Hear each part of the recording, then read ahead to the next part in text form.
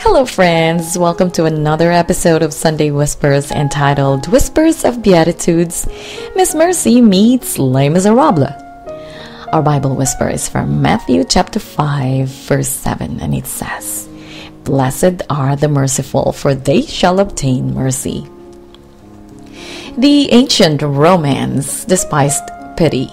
Rome spoke only of four cardinal virtues in their culture: wisdom, courage, temperance, and justice, but not mercy.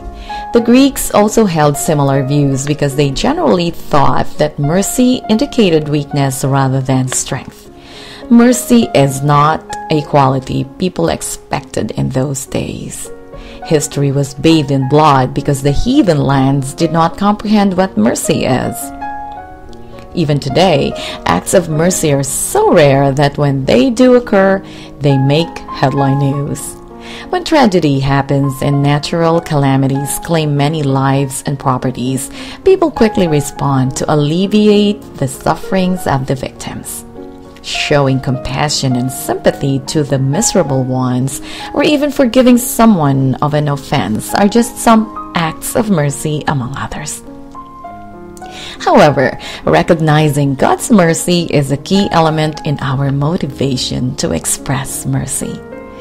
Jesus plainly asserts that those who are merciful are blessed, and in return will obtain mercy in their time of need.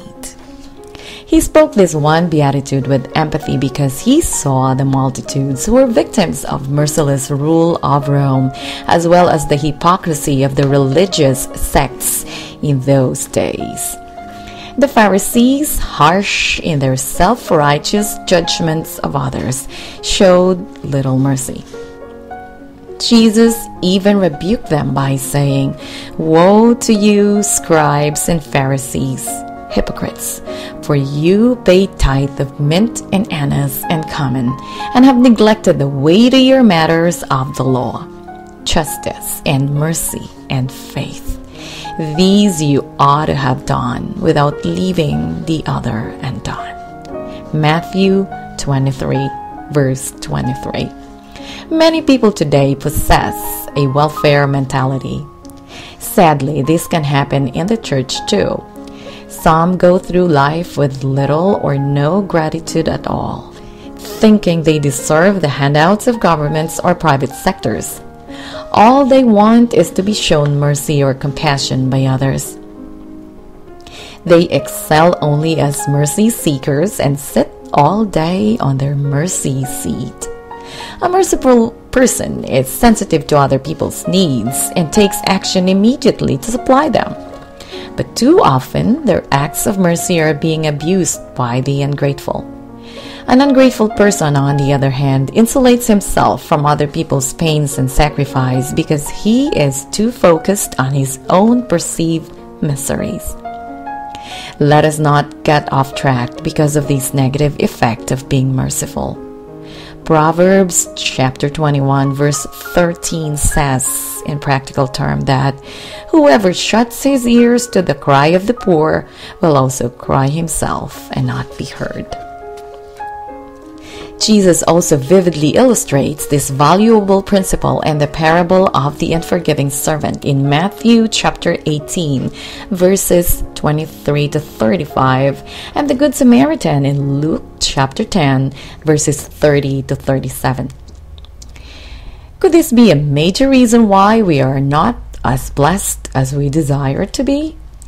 We are to be merciful like God wants His children to be. Jesus is our model of mercy, and we are to reflect His mercy in our actions toward our fellow men. Our abilities are so limited compared to His, and we cannot reflect it in many ways. But let us start doing our part now by showing mercy to Les Miserables. Let us close today's Sunday Whispers with this quote from Max Lucado that says, "The difference between mercy and grace? Mercy gave the prodigal son a second chance. Grace gave him a feast."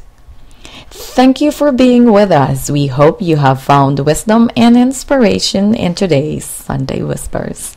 Have a blessed Sunday, everyone. Until then.